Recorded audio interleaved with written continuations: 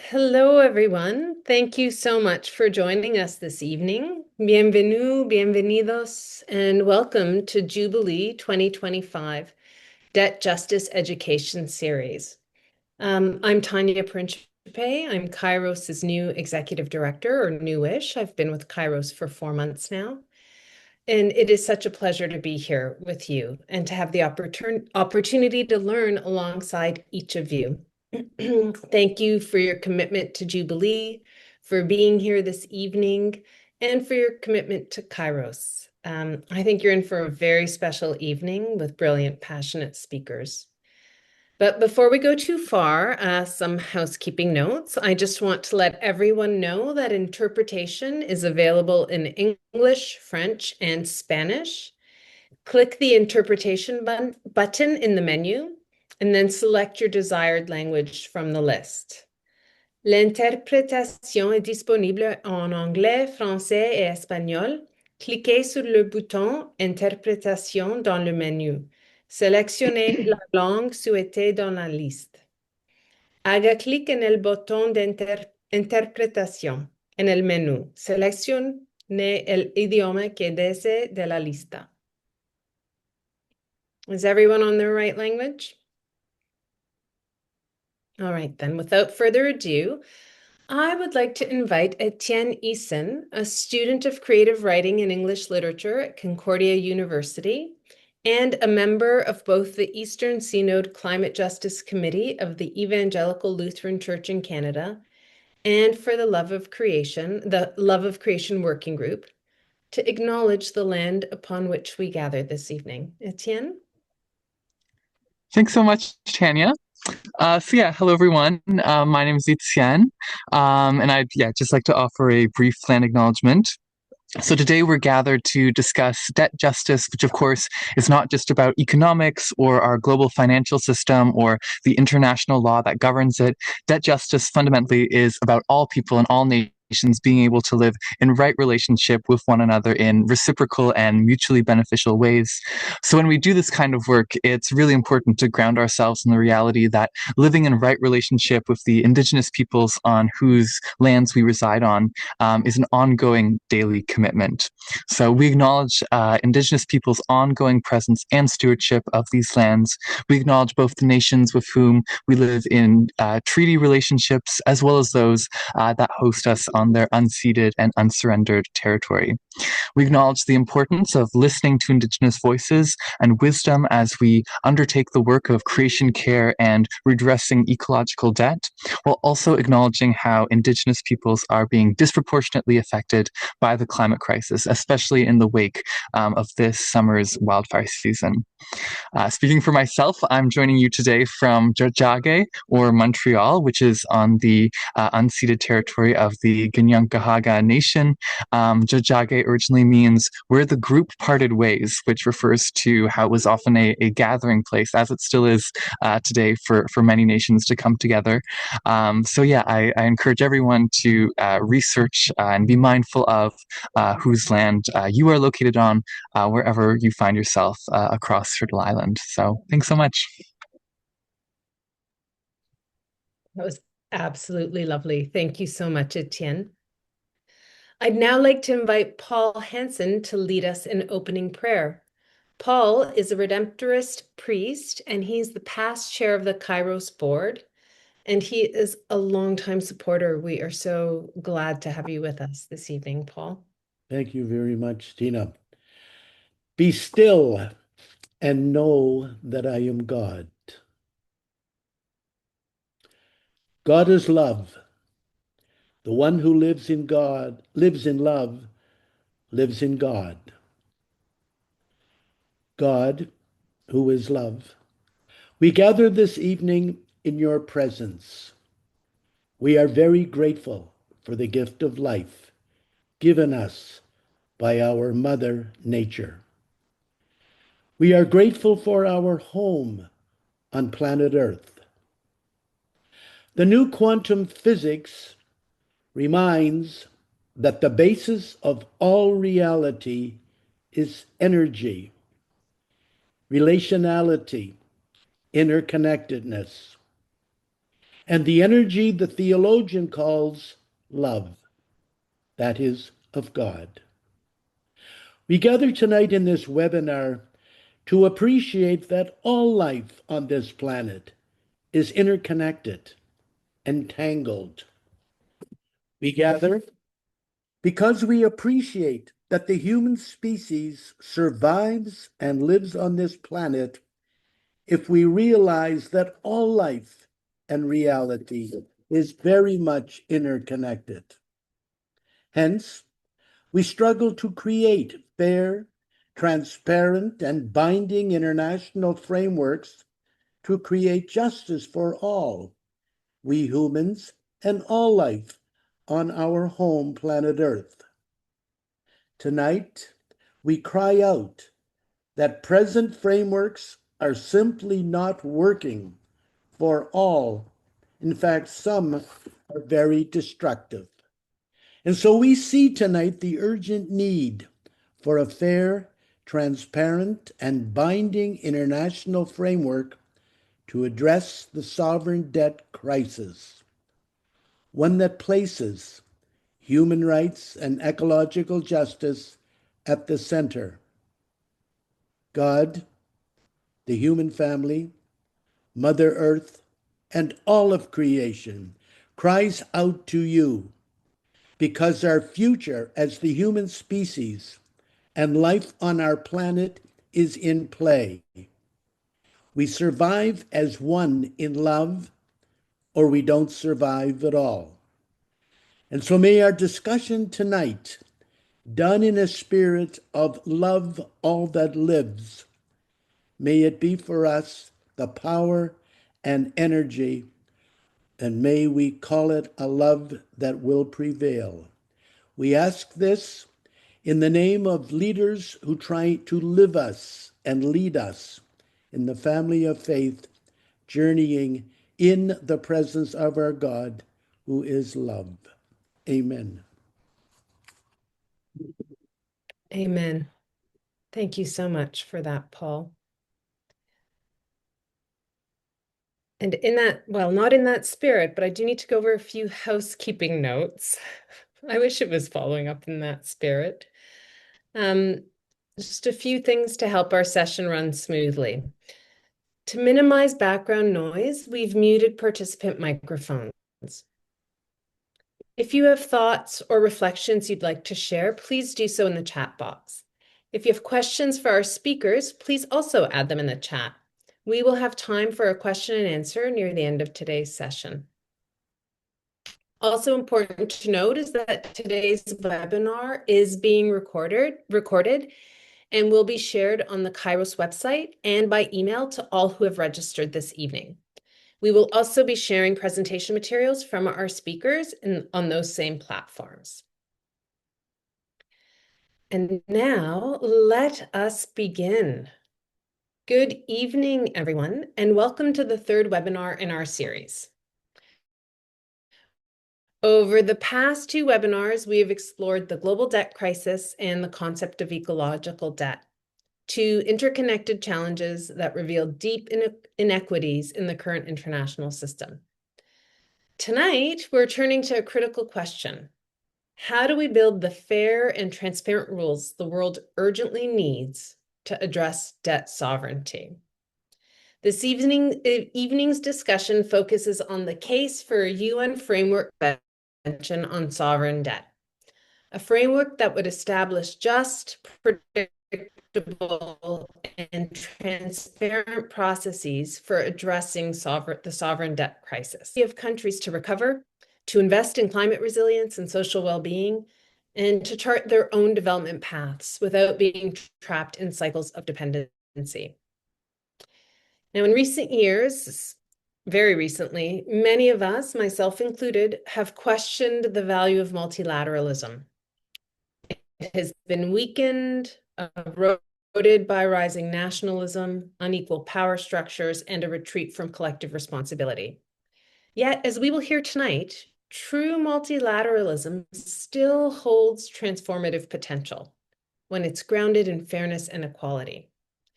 The global debt crisis cannot and should not be managed by debt debtor nations alone. It demands shared accountability, new international norms, and courageous political leadership.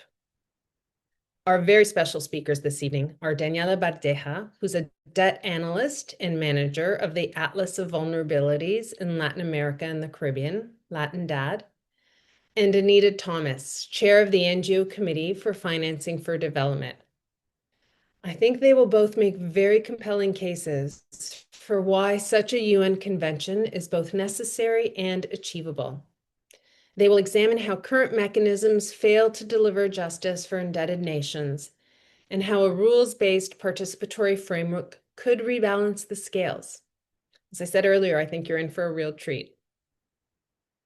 As participants, your role, my role as well, our roles are vital. Let's listen critically.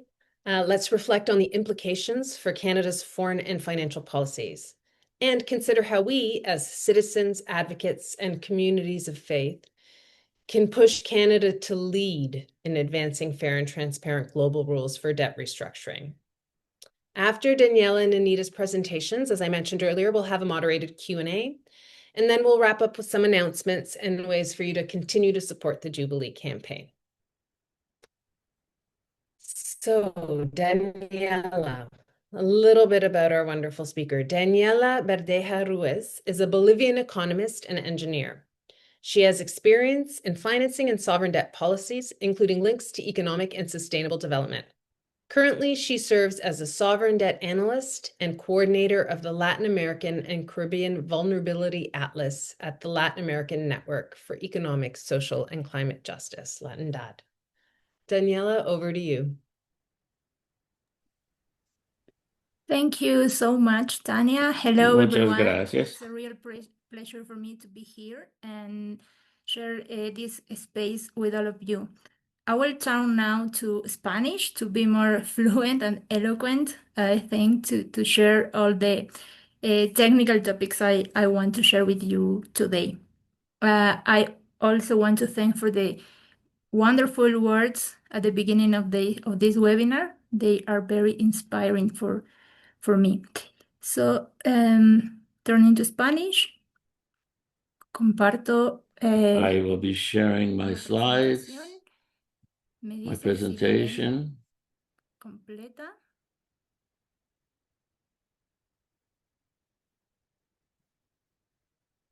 ¿Ahí está bien? Can Está everybody bien. see it? Yes. Bueno, me So gustaría I would like to dividir la presentación en tres divide grandes this into three major parts.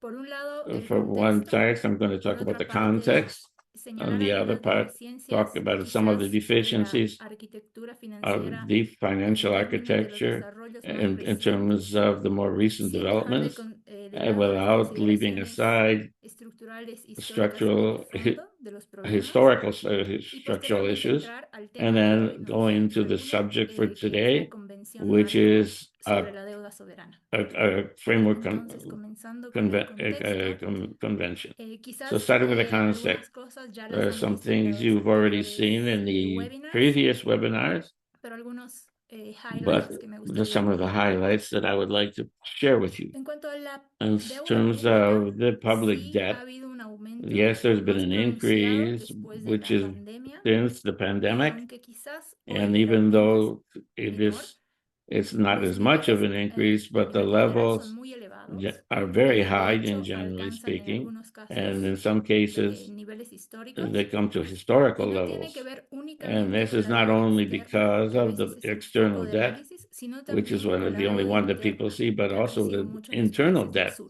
which has increased a lot in the Sin countries of the embargo, global quizás south. el desafío más However, urgente para perhaps los the países major a día de hoy challenge tiene for que the ver countries con today las dificultades de is un the contexto financiero difficulty más adverso of a more que adverse implica, entre otras financial cosas, context, which altas is, tasas among de other interés, things, es decir, with mayores high costos interest para poder rates, acceder a higher financiamiento costs for financing, y que se ha traducido en and un this has led efecto de to desplazamiento del gasto an esencial en effect otras of necesidades, que lo voy a mostrar más the adelante. costs on basic Además de needs, otro tipo de which I was deudas showing, que a another veces type of debt, permanecen ocultas, which como sometimes are son los hidden, pasivos contingentes which o alguna carga de deuda contingent que es generada or some por las asociaciones público-privadas. Some that comes from associations between private and public sectors.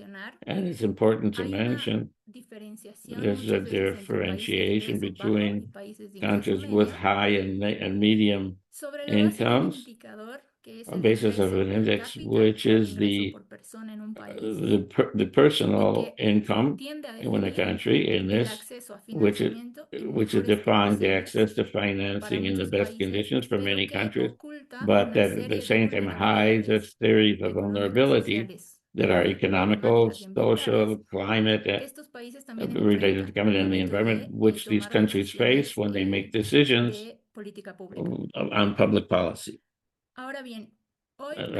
Today, in this context of higher debt and the higher cost of the debt, and with more complex scenarios, the benefit of the debt negotiations that have continued always be in the favor of the creditors.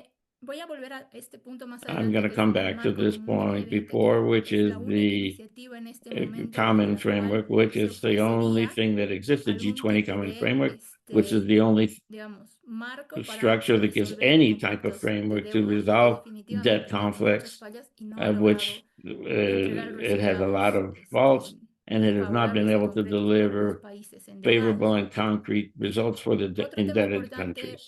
Another thing that is important in the context is what we're talking about, the vulnerabilities. And here, the ecological debt is very important, and the climate debt, and it's historical debt of the north towards the south, which not only needs to be recognized, but it needs to be incorporated in the decisions for world economic and social. There is a key role in all of this with international financial institutions, along with the credit rating agencies. So we have to evaluate critically the role that they play today.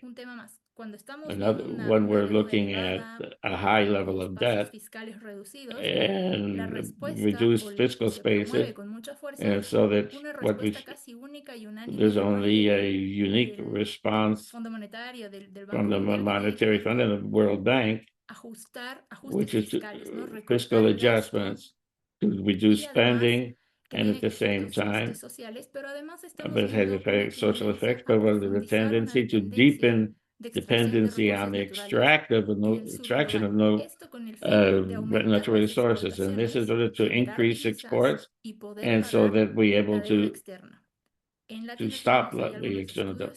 There's some studies that have for countries of the Amazon basin, and so there's a dynamic which we have seen, which is becoming more complicated in terms of different subjects, particularly for countries of the global south. There's also this sophisticated financial instruments, which are commodification and the financialization throughout the world, but with benefits for new debts for the major investors or world corporations.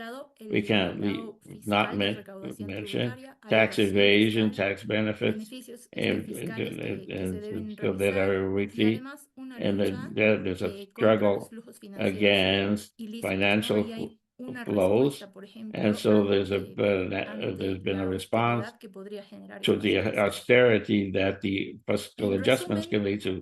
Summing up all of these points, the only thing that they have as a result is an impact on rights and widening of gaps and increasing the inequality of the level of poverty and also the equality between countries and within countries.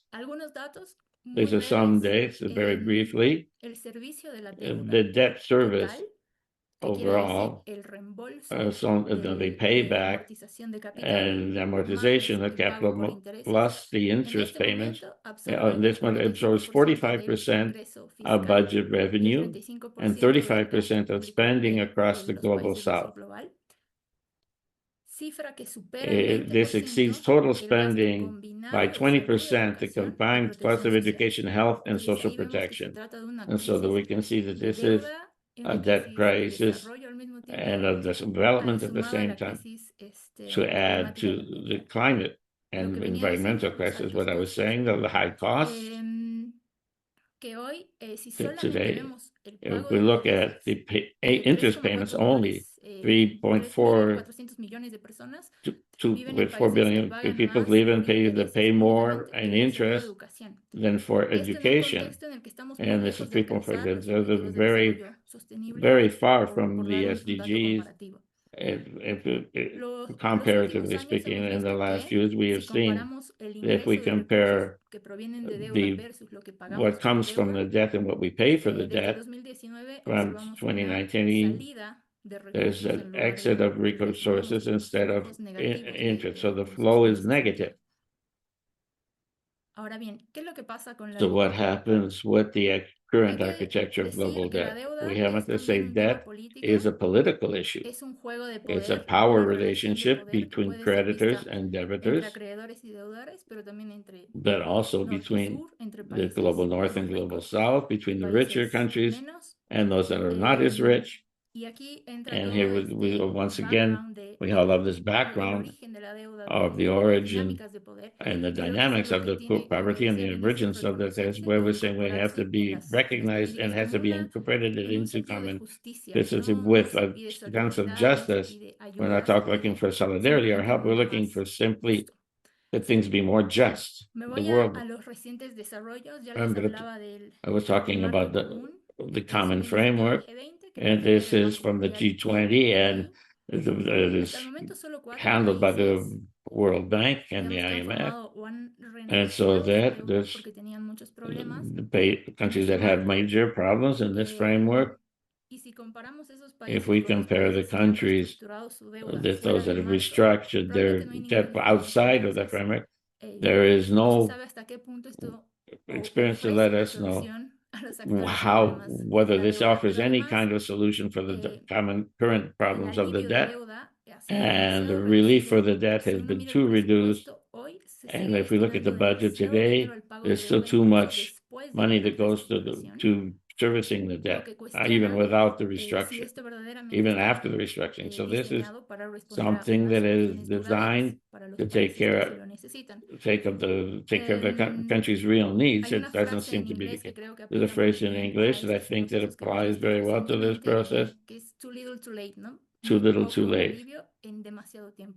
And so that this is a process which is very expensive, and that this is why it's rather to be in default with their population rather than with their creditors. And so that this situation, this is it's an uncertain process. So I think that this is one of the major problems of the debt crisis today, and always the fragmented focus. It's had up. There's not enough organization in terms of the creditors, and so that to be, since the creditor is the arbitrator, there's no guarantee for the independence of this framework. One of the central problems that we would like to retrieve with the convention. We also need to debt relief is necessary. We are living with a crisis. I was saying, the Secretary of Banca, we have multiple crises, and that we're trying to normalize, and we're getting used to living with them, and that shouldn't be the case. But with these multiple crises, we need immediate or urgent measures to reduce the debt, but the systemic changes. We need to reform the financial architecture that today has been designed for a very few, and that these decisions are made in favor of these few. So the reforms has to go, and the last point, with the democratization of the world economic structure. And this is a very important role to play for multilateralism, which is, and just to remind you, the pillars of the Jubilee debt campaign that follow along this, and stop the debt crisis now, but with reforms to avoid crises, and after let's say I was saying before, yes, the debt was reduced, but 20 years later, we're once again with a debt crisis, which seems to be quite considerably worse. And what we want today is that the lessons learned to reduce the debt, but with base forms at the base. And so that I'm taking up a little too long, so I wanted to answer little questions. Why do we need a UN framework convention on sovereign debt? Which I wanted to go into the details, but I'd like to leave you with the idea that we need changes at two levels. One on democratization of financing of debt, how decisions are reached, because these are world decisions that affect all countries more to a greater or lesser degree, but at the hands of very few. And that the countries of the global south, which are those of the most effect, son los que less, they have the least voice and the less vote. And so the World Bank has what $1 is one vote, and the United Nations is one country, one vote. And so this is we ask. We go away from a system based on the creditors to a system where everybody has the possibility of participating in decision making. So voy a estar en la siguiente, in the next slide. I'd like to come into the subject of today, which is UN Framework Convention on Sovereign Debt. Then the beginning of the 2000s, the work on debt have asked for many reforms, which up until today, none of them have really gone forward in any decisive way. And perhaps this we can then ask in the financial structure as a puzzle is put together by different interrelationships. Sometimes we're talking about reforming one part or another part, and I think that the proposal which has come forward in the last few years, thinking about the Conference on Financing for Development, it has to become into an integrated framework to simultaneously deal with all of the different reforms, but within a process that be democratic, just, and equitable. So I'm going to talk about the framework. This is a process. At the same time, it is a framework that should be binding for the different levels. And so they would take the decisions on how we want to reform the architecture. Where do we want to go? And so that we know that they need to be reformed, but now we have to decide in how to do this, what form we would like to give this, how we want to configure them, what are the objectives. Esa es la convención marco. Hoy no tenemos un marco de reglas claras sobre las cuales today we do not have a framework, a clear framework as to how to act. And that is the purpose, to have a consensus of the structures and processes that would define this architecture of debt, considering the whole cycle of the debt, not only renegotiation or crisis, but from the moment when the debt is contracted, when it's used and it's refunded. Now I am going to provide you with the most important points. The convention has others, but these ones are the ones that I think are more critical for the deliberations on reform. What we ask, what we demand, is to have an agreement on the establishment of a permanent framework that's multilateral, sovereign debt resolution mechanism at the UN. It should ensure the primacy of human rights based on norms and standards, so that when a country wants to restructure or do something with the debt, there is a clear framework. I am going to give you an analogy. I don't like it very much, but it gives you the example. When a company is bankrupt, in some countries, there are some rules that the company has to follow. If we think about it as a country with important needs of the population, but with a lot of difficulties especially fiscal difficulties, there is no rule, there are no rules, there's no framework. So that is what we demand. And we want it to be binding. And we want to have it from the US. Why? As I said, the IMF is a creditor and it's judge, and we need someone who is independent to facilitate the negotiation of the countries and their creditors, so that we could have more ordered, fair, and transparent processes with durable solutions. We have made some progress with this, but we also have a mechanism that's automatic debt service cancellation, so that when there's an extreme problem, climate, economic, health problem, the countries can stop the payment so they can have some relief, so they can invest in their recovery and then go back to payments again. It is very, very important to talk about responsibility, and the deliberations in international fora tend to place responsibility on the country, country with the debt. But there's also responsibility on the people or the organizations that provide that money, that lend that money.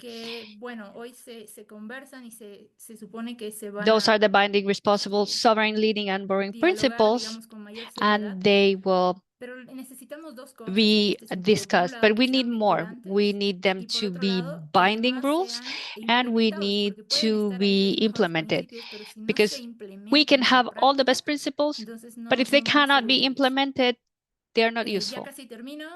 I'm almost done. New approach to debt sustainability framework and analysis. This is very important because these frameworks define how much debt has to be relieved or renegotiated. And at the same time, they promote austerity policies of the countries, as in the IMF. So, to be very concrete, they promote a prioritization. So the idea is that these new scopes or models consider human rights, gender, climate, development considerations, so they are integral, and that they are carried out by independent organizations, maybe the IMF, but we also need to have an independent organization surveying it. Debt transparency, that's important with the whole cycle, not only with the data, but also with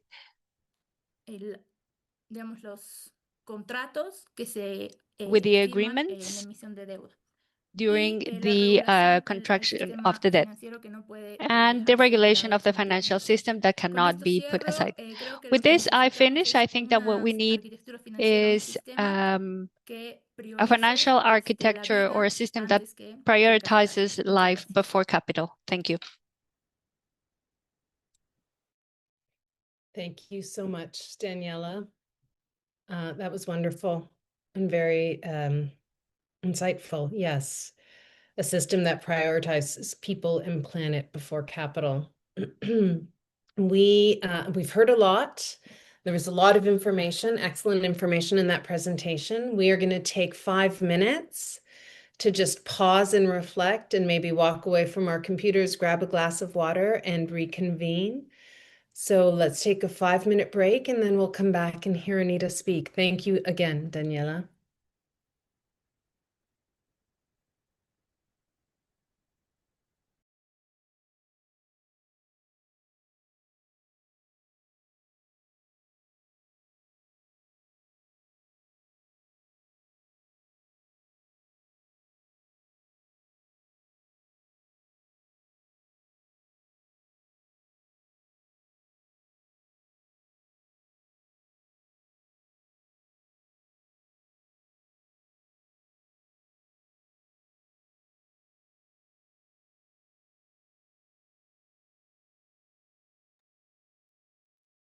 And for those who are still at their computers, Cheryl is giving us a few things to think about.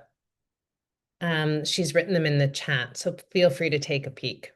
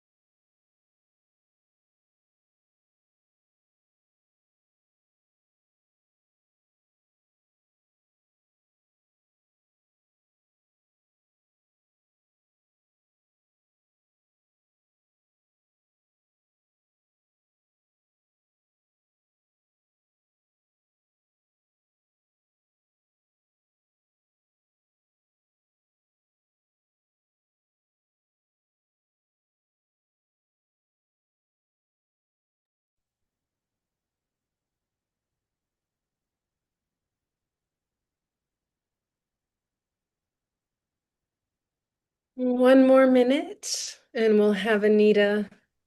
I'll introduce Anita and we'll have Anita speak.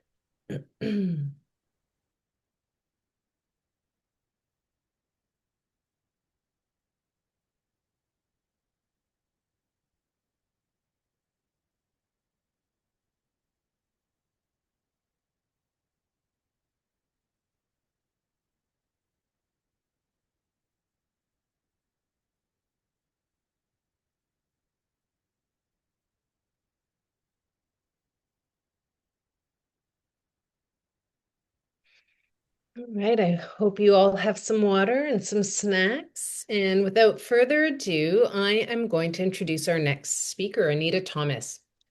We are honored to welcome Anita Thomas, who is the chair of the NGO Committee on Financing for Development. In this role, Anita provides strategic leadership and serves as the committee's spokesperson, advancing advocacy with UN agencies and member states to promote fair and sustainable financing for development.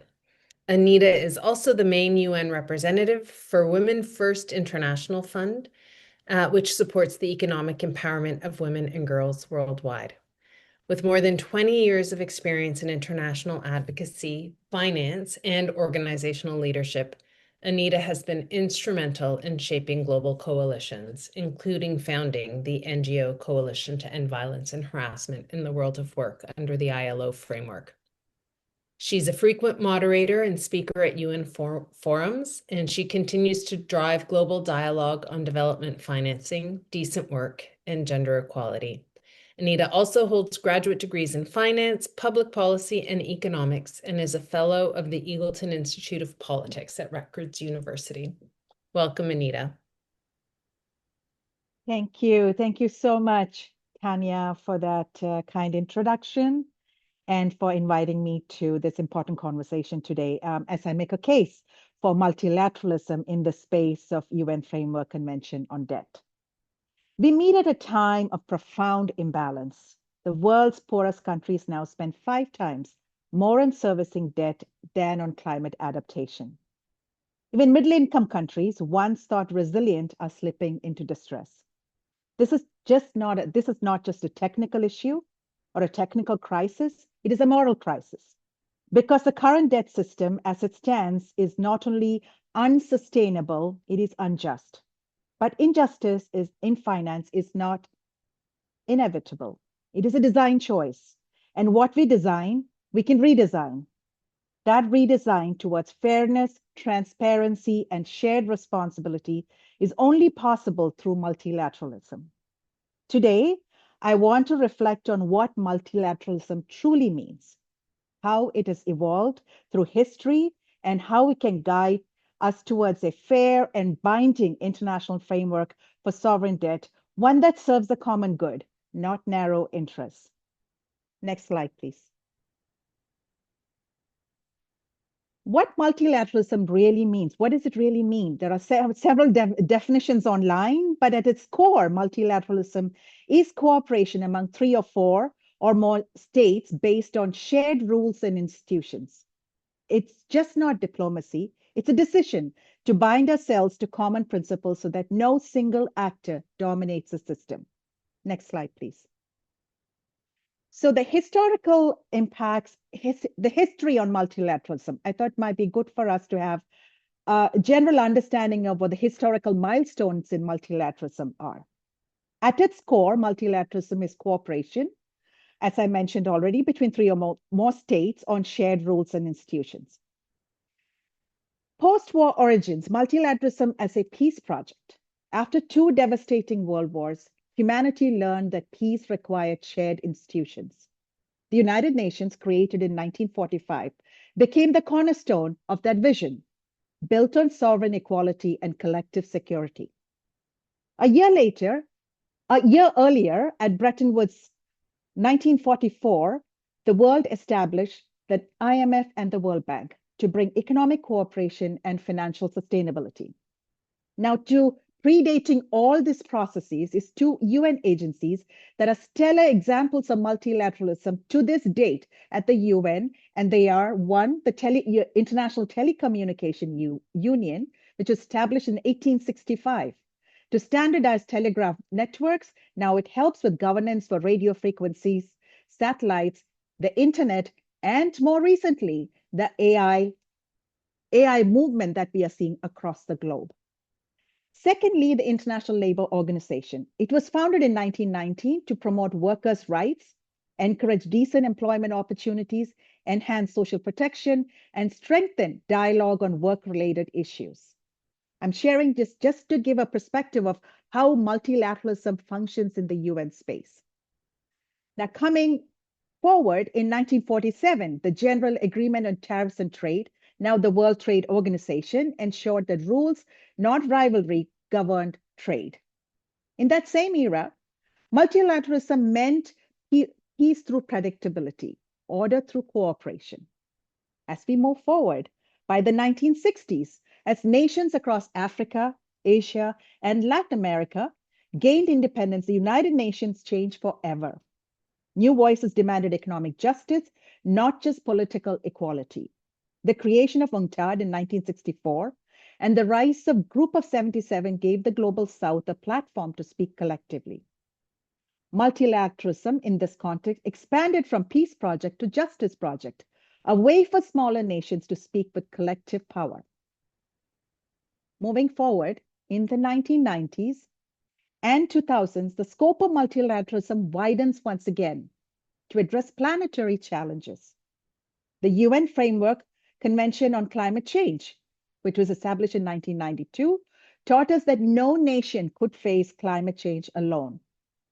The WHO Framework Convention on Tobacco Control in 2003 proved that even powerful industries could be held accountable to public health. And then the Millennium Development Goals in 2000, which became later the Sustainable Development Goals in 2015, turned moral ideals into measurable commitments. Each of these milestones deepen the principles that collective problems demand collective governance. In 1999, after the Asian financial crisis, the G20 was created to bring emerging economies into global economic decision-making. It was a new form of multilateralism, broader, faster, more flexible, yet still informal and voluntary, lacking the binding of the UN. Now, today is the moment of multilateral renewal. We now face what they call a crisis of multilateralism, growing nationalism, fragmentation, and loss of trust. But global problems, debt, climate pandemic, are by nature multilateral. They do not respect borders. They require cooperation, not competition. Each time humanity has faced crisis, institutions of cooperation have been renewed. Today, sovereign debt is the crisis. And once again, the United Nations can lead through Framework Convention on Sovereign Debt to make fairness rule, not a request. At the FFD, the most recent Financing for Development conference that was held in Sevilla, Spain, FFD4, the outcome document, the Compromiso de Sevilla, reaffirmed that multilateralism matters, that the global financial architecture must become more inclusive, representative, and equitable. It recognized that true multilateralism must give voice to debtor countries, convene diverse actors, and frame borrowing and lending under shared rules and norms. While the document did not accept every reform on offer, which civil society was not happy with, it marked a clear moment of renewed commitment to cooperative governance of development finance. Now the problem, next slide, please. Slide 4, yes. So why does multilateralism matter now? Let's be honest, the global debt architecture is broken, record debt levels across global south, fragmented credit-driven architecture, no universal rules for restructuring. But then again, how does it translate? Rising debt payments hinder critical social investments. We heard with the earlier speakers talking about austerity measures that is being recommended when the country is asked to balance its budget, right? And how is that happening? How is it translating to people on the ground? And that's very important for us to understand. Whether it's a developing country or a developed country, how does financial challenges translate to people on the ground? Yesterday, when I was speaking to somebody, we were talking, one of our members of the NGO Committee on Financing for Development, they were mentioning to us about the lack of infrastructure in certain poor parts of Canada. The same happens in the United States. The people who live in the most marginalized communities are left behind. So you can imagine how that is translating to a country that does not have infrastructure in place, does not have the resources to make investments in these infrastructures. We hear a lot of global conversations about AI, digital public infrastructure. But when a community does not have access to electricity, how are we going to talk about digital public infrastructure? How are we talking about financial inclusion? How are we talking about digital inclusion? In order for a country to make those investments to ensure digital public infrastructure is available, it needs to address its financial challenges. And sovereign debt is not going to help in that regard. Some of the experience, the NGO Committee on Financing for Development had conducted a survey during the height of COVID-19. We did a survey in 7 countries, 7 developing countries, to understand how, from the lens of social protection, climate finance, financial and digital inclusion, how has it translated to the ground, to people? We learned that countries that had invested in infrastructure, digital public infrastructure, were better positioned to ensure cash transfers to their community members, to their citizens. So it is the countries that had the resources, they invested in those structures, right? The countries that didn't have those resources did not invest. So we are in that same situation right now. When a country is focusing heavily on paying off its debt, how is it going to be investing in social support mechanisms, social development?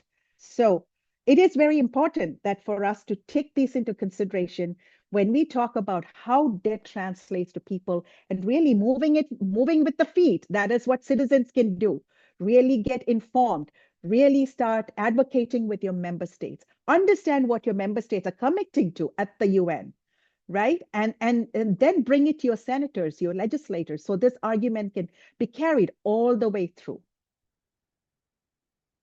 So I would say that multilateralism fosters collaboration for effective solutions. It is very important because everybody has to be at the table. Increasingly, the private sector is engaging in the space as private creditors, and they need to be at the table, not as funders, but should be held accountable for the actions they are taking. So that is let me go to the next slide, the problem with the current system. The current system is there are no common rules for resolving sovereign debt crisis.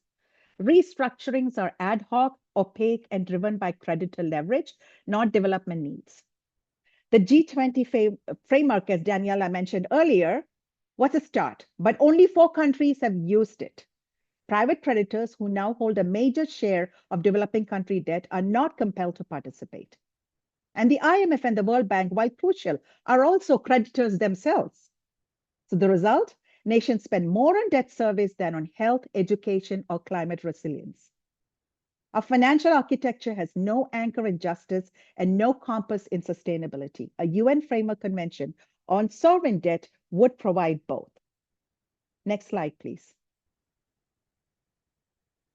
Role of multilateralism in debt governance.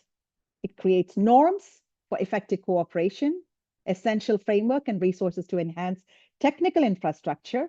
For instance, when this framework is adopted, it puts in motion a series of actions, series of resource investments that would actually help the countries that are heavily challenged with digital public infrastructure. Because this norm setting, this form of monitoring, this form of accountability, where all actors come to table, ensures that there's going to be mechanisms that are being put in place to ensure monitoring and implementation and reporting happens. Daniela spoke about the importance of implementation. Implementation, adopting the convention itself, I mean, the framework is one thing, but actually implementing on the ground is another. So if the countries do not have the resources, do not have the capacity, the digital public infrastructure, it just cannot be implemented the way that can generate effective action. So, and then fair burden sharing and global solidarity, a sense of collective responsibility. We are responsible for each other's actions. We are all one unit. At the end of it, I mean, you will see that with the current tariff discussions that are happening across the globe, the impact of that on consumer goods, the price that the consumers are going to be paying. You would see that you're seeing that in Canada. We're seeing that in the United States, where the impact of tariff on the day-to-day requirements for our survival, for our sustainability, whether it's buying technical support system, whether it's buying grocery, whether it's buying educational system, we see how it's translating, right, to the citizen. So it's very important that we look at it not only from a macro level, we look at it how that translates to people and make that call when you meet with your legislators, when you are advocating for this framework. Next slide, please. And then why does multilateralism work? First, multilateralism ensures legitimacy and inclusivity. Every country has a seat at the table, regardless of their sovereign debt situation, regardless of how strong they are, regardless of whether they're from the north or south, everybody has a seat at the table. Second, it promotes predictability and speed with clear rules for standstills, transparency, and comparable treatment. Third, it guarantees fairness, balancing between creditors and debtors, and fairness today must extend beyond states. The private sector now holds nearly half of developing country debt. Their participation is no longer optional, it's essential.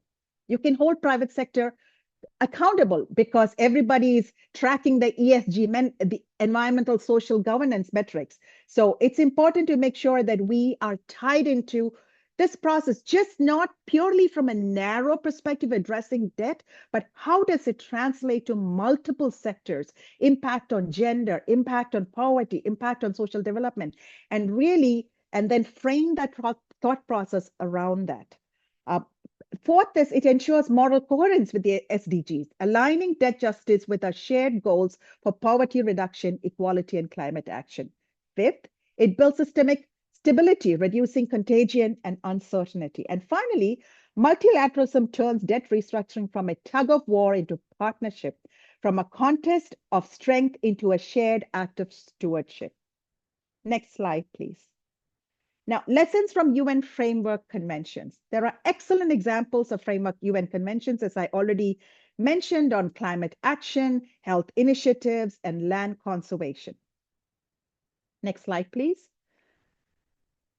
A UN framework convention on sovereign debt could be guided by 5 principles: responsible lending and borrowing, transparency and data sharing, human rights and sustainability at the center, predictable mechanisms for standstills and restructuring, ongoing governance through annual COP-style meetings. It would include global debt registry to record all sovereign obligations, prevent hidden loans, and enhance trust. It would also connect debt with climate finance, tax cooperation, and development planning. Like the UNFCCC did for climate, this convention could build the architecture for financial justice.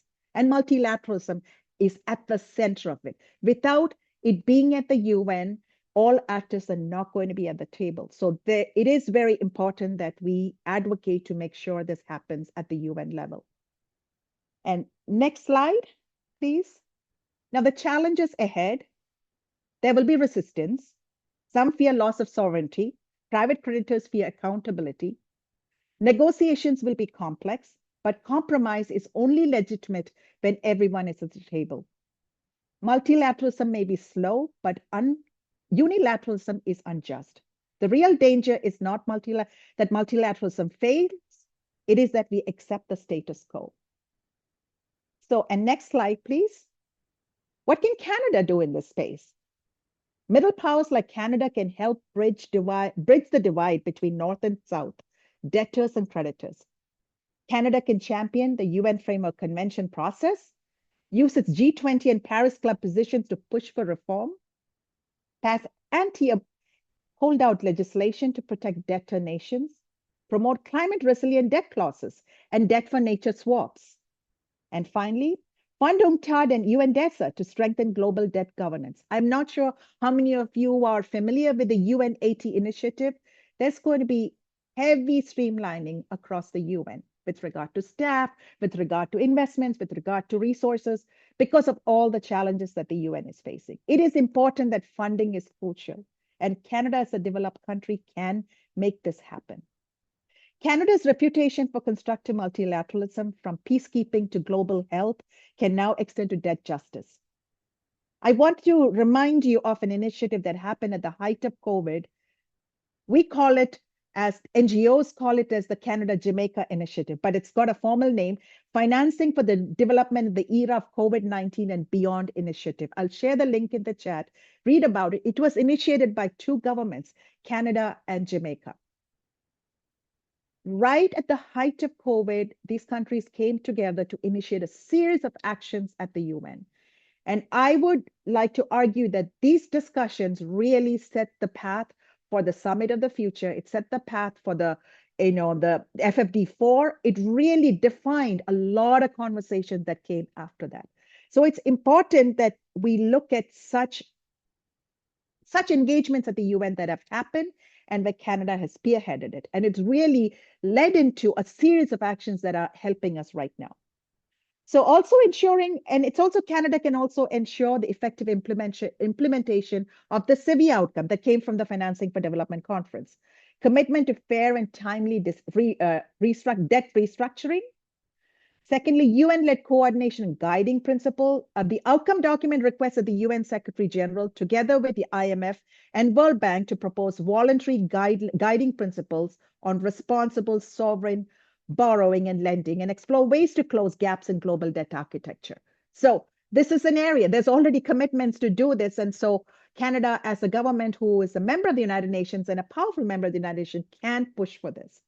And innovative tools of resilience, as we already mentioned, the global debt registry, the state contingent lending instruments such as climate resilient debt clauses to improve transparency and adaptability. And recognition, but limited ambition. While acknowledging the debt crisis and calling for inclusion of all creditors, the Sevilla outcome stops short of endorsing a binding multilateral mechanism, reflecting political resistance from major creditor nations. So just to look at that, it's also important to build bridges. I'm guessing the Jubilee campaign is global. It's just not limited to campaign. Tap into that capacity and the power you have across the globe, really to move with your feet to strengthen advocacy. And I'd like to close now the last slide. Thank you. And I just close with these lines. The debt system we have built mirrors a world unequal, opaque, and fragmented. Multilateralism mirrors the world we aspire to build, cooperative, sustainable, and just. A UN Framework Convention on Debt will not solve every crisis overnight, but it can change the operating system itself, from discretion to rules, from charity to justice, from secrecy to transparency. This is not only an economic reform, it is a moral renewal. And there was a quote that it was inspired by Kofi Annan, and it has been posted several times on UN websites and so forth. And I'd like to mention in my closing, multilateralism in solidarity made operational. So let us make that solidarity real by giving the world fair, transparent, and binding system for sovereign debt. Thank you so much for including me in this conversation, and look forward to continuing the discussion. Thank you. Thank you so much, Anita. Thank you so much. Whew, yeah. I think we can all take a moment to applaud. That's amazing. I see we have one question in the chat. And I have some questions as well. So I invite others to please include their questions in the chat as we ponder this incredible call for moral renewal, which we so desperately need right now, and solidarity made operational again. So we have one question from Paul, which is, what percentage of debt is country to country and the percentage of country to corporation? That's one. I have a follow-up question to that. I'm curious about which countries are the major debtors and also which corporations are the major debtors. I mean, which corporations have the kind of resources to do that? So that's one for you both.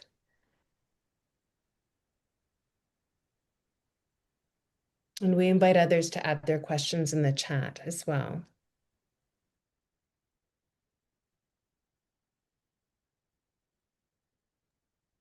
I don't know if Anita or Daniela, if either one of you would like to take that. I can just simply say that, bilateral country-to-country creditors are on 28 to 30%. Paris Club members such as France, Japan, UK, 10 to 12%. And then there are emerging creditors, especially China, Saudi Arabia, Turkey, etc., at around 18%. And then the private creditors is bondholders, sovereign bond issued in global markets. It's around 35 to 40%. And then commercial bank and other private lenders around 15%. Now, these are not the exact numbers, but I had jotted these down, so hopefully that's helpful. Oh, that's very helpful. That's fascinating. It's fascinating to see how it plays out percentage-wise, and deeply, deeply concerning as well in terms of how we hold people to account. We have another, I'm thinking corporations more so.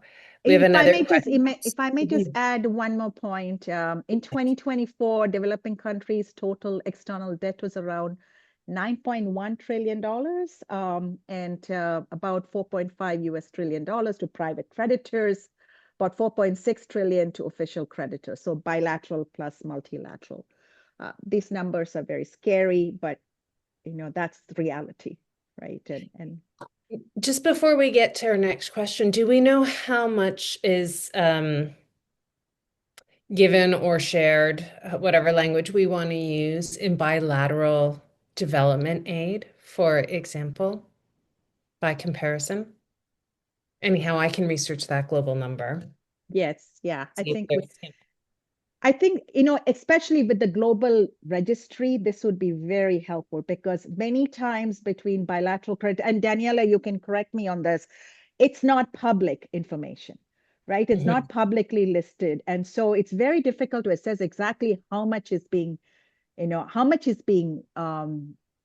transferred, how much do they owe, because even the interest rates keep adding up, right? Because they're all pegged to the US dollar in many cases. And so there is a bigger challenge. So I'm not sure exactly the number. I don't want to give you a number that could be wrong, but yeah.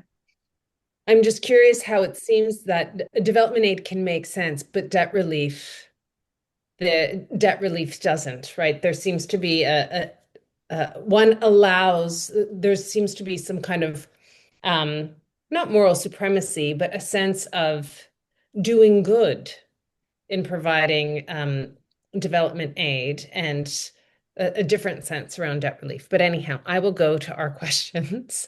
Who is in charge of organizing this sovereign debt framework? That's from Susanna. I want to add just a brief comment on the data before you were sharing. Yes, please. It's a bit different when you look only to low-income and middle-income countries. But the thing I want to highlight here is that in, I don't know, in 2000, more or less, we have had a bigger share of bilateral creditors in the composition of the debt, and now we're seeing a greater share of these private creditors as a whole. Most of them, of course, bondholders. So that's, I think, one of the key issues why the debt renegotiations are coming more and more complex. And the other thing, when you were saying who is behind these private creditors, there's a huge share of BlackRock at the end, but it's difficult to follow up on who is the last holder of that debt, because sometimes these bonds are, I don't know, sell in the second market, so it's difficult to follow up on that. But yeah, that's one key. It's a key question because that's one of the aspects that make today debt more challenging than before. And yeah, perhaps I would change to Spanish because I want to highlight one thing that related to the principles that also were asked in the chat that should guide this framework convention. Turning to Spanish. Hay dos principios adicionales. The two principles that are addition to the ones that I am reading in the chat that I would like to share that are very important. And there's one which is with responsibility and justice. Why I'm saying responsibility, shared responsibility, but I think in the world, all of us, we elect authorities hoping that their decisions will represent us and will guarantee our best well-being in a world that has been shared, just common to everyone. I think that there's a very important issue there. With the condition with it related to guaranteeing a dignified life. I think dignity is very important, and justice in the final on that. Looking for it is not another imbalance of power, but that the results be just for everybody who's involved, and that we could have better for everyone. And so that, and if you allow me, what's the last question was who's in charge? And so that I was saying, Anita, within this Compromiso de Sevilla and that framework, there are some agreements that open some windows of opportunity to start with these reforms. As one of the agreements is to start an intergovernmental process in the United Nations, the institution that could start to have leadership within this framework for the debt is the United Nations. But if they don't have the support of the member states, it won't be possible. So what we need is political will, and it would be very important to say, as Anita was suggesting, leadership of countries, for example, Canada, and if some of the countries start pushing this forward, then we could see things advancing. And so if I may also add, there was a question there. Thank you for referring to that, Daniela. And also I may just add to the question on who is in charge, is it, of organizing the sovereign debt framework? When you talk about organizing the same work, or who is in charge of the current sovereign debt framework, right? And the way it's, the International Monetary Fund plays a central role. The IMF, it determines whether a country's debt is sustainable, a key step before any restructuring can begin. And we've also asked this question to the IMF, like many times we hear that the austerity measures, this was also discussed at the most recent IMF World Bank meetings, the austerity measures that happen at a country level. When a country is asked to restructure its debt, many times the country also comes back and sort of takes austerity measures because it's trying to a great extent, ensure that it can make its debts payment. And what can it cut? The most easiest thing is to cut social protection, right? Public goods. And so it's very important to look at both angles and make sure that when a new government comes into place, that it doesn't build on what was already agreed upon in the previous government when it comes to addressing investing in public goods, right? And austerity should not be a solution. With the World Bank and other multilateral banks, they provide long-term development loans and increasingly climate finance. So there are, as we already discussed, the G20 and the Paris Club. And as well as, these are some of the private creditors that we talked about, right? And so they are all part of this. It's not equal, but it seems at the top of it is the IMF is the one that is providing the direction. Yeah. I have a follow-up question. Are there any, and I'm thinking again for our advocacy, so, using our feet and our hands to actually push this forward. Are there any countries who are pushing at the UN for a framework, a UN framework convention on sovereign debt? I would, based on all the discussions that happened in the lead up to the FFD4 outcome document, G77 countries can be a great ally because that's where because those are some of the countries that are heavily impacted by debt, right? And so Daniela, you wanna, since you're on top of it, maybe you wanna share a bit more on that, yeah. Yes, we were also following on the process towards FFD4. During the negotiations, we saw support from some Global South regions that were vocal specifically on the UN Debt Framework Convention on Debt, that are Egypt, Pakistan, Cuba, Brazil, and I'm forgetting, and at the end, the African Union. So I think this group of countries from the Global South can lead on this. We saw opposition from the European Union mainly, but also from other countries of advanced economies. And I think the G77 could play a key role, but at the moment in debt issues, perhaps the problem could be that China is also creditor. So that's, I think, where there's a bit of difficulty to holding a unique position on this matter. Yeah, I can imagine that's a particular challenge. We have a question here from Susan around how do we help people make the leap to understand the importance of this debt issue? I had shared this with Tanya and Beth earlier. Some of the initiatives that happen in Canada, I don't know how many of you are familiar with this, the digital bank, central bank digital currencies. And Canada, each country, there's a lot of conversations on adopting a central bank digital currency. And Canada, I understand based on my research that they had done focus groups with citizens on whether Canada should promote a central bank digital currency. And at the end of it, it was decided not to pursue it. So it's important. I think this came from citizens, that request from citizens, right? To have that open conversation. So it is important to raise awareness, such as the Jubilee, this campaign that you are organizing. And these webinars should be shared in other venues, just not only in the debt discussions, but in other venues and, in churches and in community organizations, and build partnership with organizations, with women's organizations, indigenous communities, because it has an impact on everybody. And try to get in front of legislatures. I wanted to share this example when Tanya had mentioned in her introduction that we have this ILO Convention C-190. It's a coalition of 5 NGO committees in New York, which I initiated. Our goal, we came together because we felt that it was important to ensure a safe and decent work environment for everyone.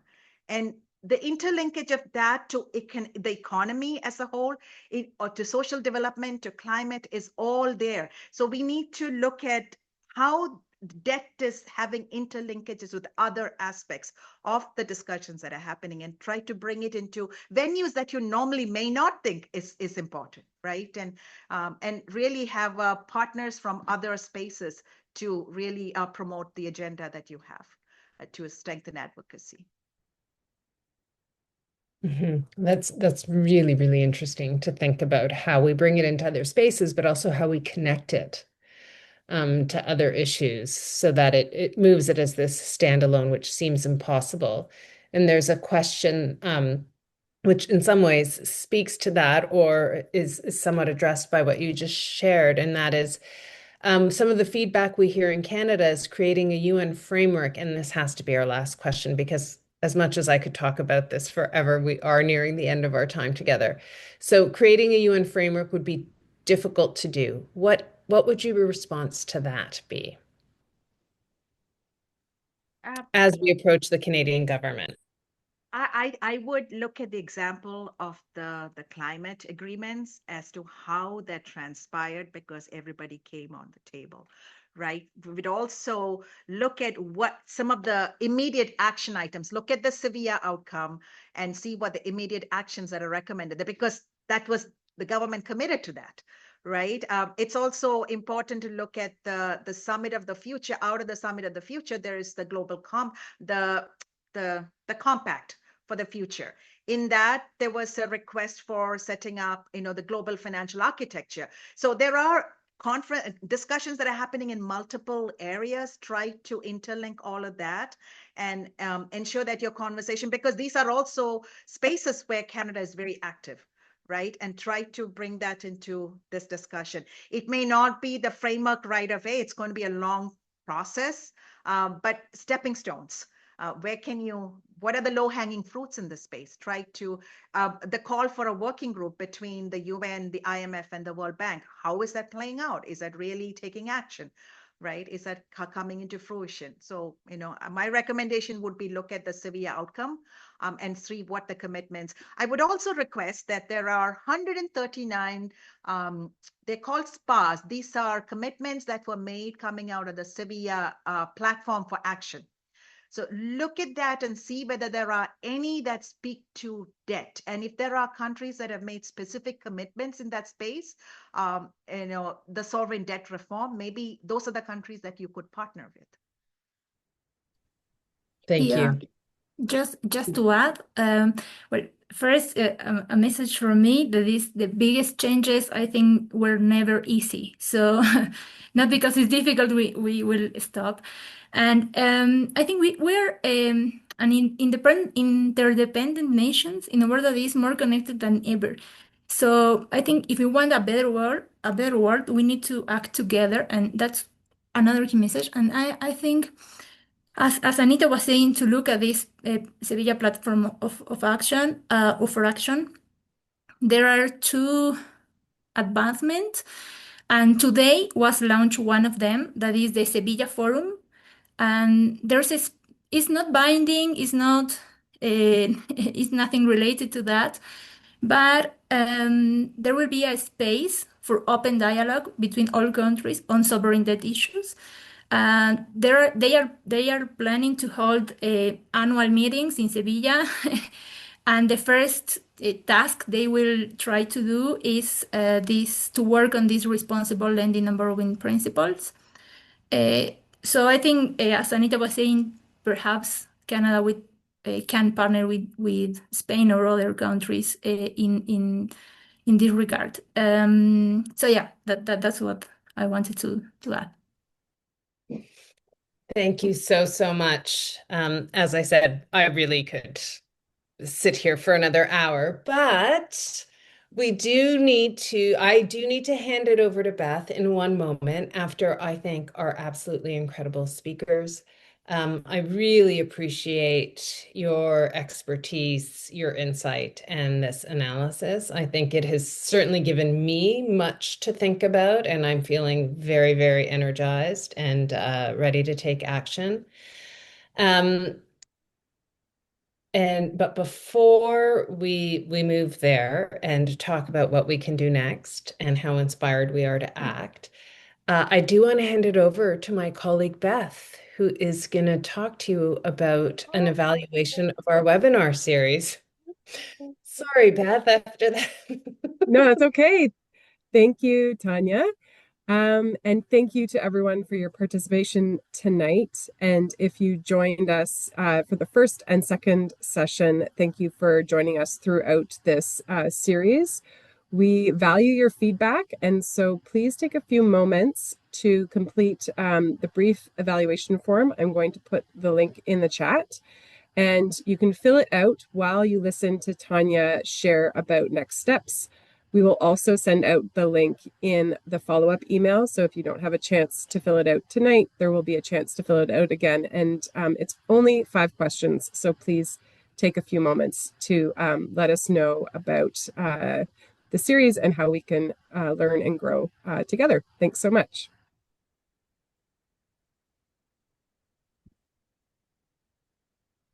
All right, next steps. We certainly heard some areas for exploration and follow-up. I will definitely be looking at the Sevilla platform for action, 139 spas, as they were called. Is that right? But there are some immediate things that all of you can do, our network and members who have joined us. Of course, one of the easy ways in which you can act is through our Jubilee campaign, which has brought us all together tonight. We are very grateful that so many of you have already added your voice to the Jubilee petition. We are almost halfway to our goal. So your commitment is helping us to move this campaign forward. If you have not already done so, please sign the petition. I think my colleagues are adding this information in the chat. Powerful next step for the Jubilee campaign is also to invite others in your community to sign as well. So our goal is 100,000 signatures for Canada in 2025, and your outreach can help us get there. By the end of this year, we'll take our 100,000 signatures and plan our advocacy efforts for 2026. So there is still how many months? November, December. We have 2.5 months left to collect the remaining signatures. So here are a few ways that you can help us get to 100,000. Share the petition on your social media and in your community newsletters. We have an amplification tool for template messaging to help you.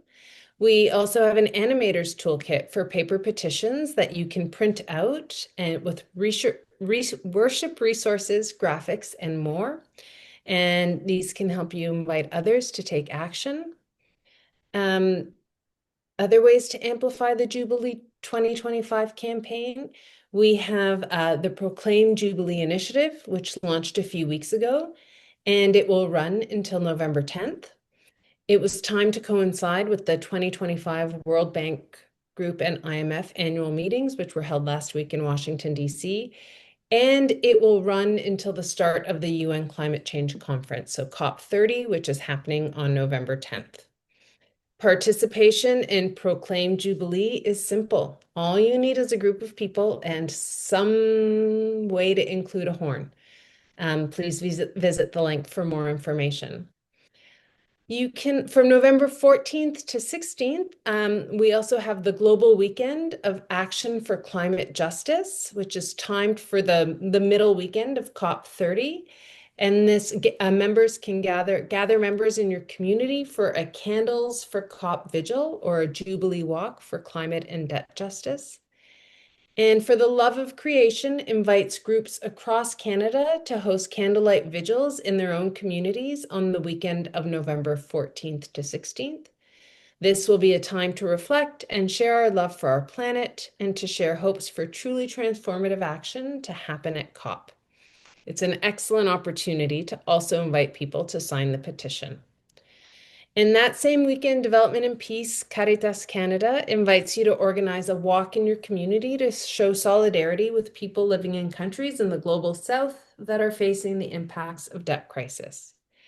If you're interested in following the Jubilee conversation at COP30 and want to be part of the For the Love of Creation Animator Circle, please visit the For the Love of Creation website for more details. And with that, I want to thank everyone again for joining us. Oh, fresh off the press, we have our KAIROS companion to Jubilee, Faith, Justice, and Right Relationships. That came out of my absence since I haven't been in the office today. Congratulations, team. Please visit the resource and use it with your communities. Thanks so much. Thanks again to our speakers, Daniela and Anita. It really has been an inspiring evening. I very much appreciate your wisdom and your insight and your push to get us thinking more and differently about how to engage our own government to take the kind of moral leadership that we all so desperately need at this particular moment, and that we can make a different design choice. I loved that the design of the system as it is, that was a choice. We can make a different choice with new moral leadership or courageous moral leadership. So on that note, thank you so much, everyone. It has been an absolute pleasure. I do hope to see everyone again soon from our network. And Daniela and Anita, I wish you well. Thank you. Thank you, everyone. Thank you so much. Thank you, Daniela. Gracias. A ti. Thank you, Beth. Bye bye. Thank you, Anita. Thank you. Thank you. Bye. Good night. Bye. Good night. Bye-bye.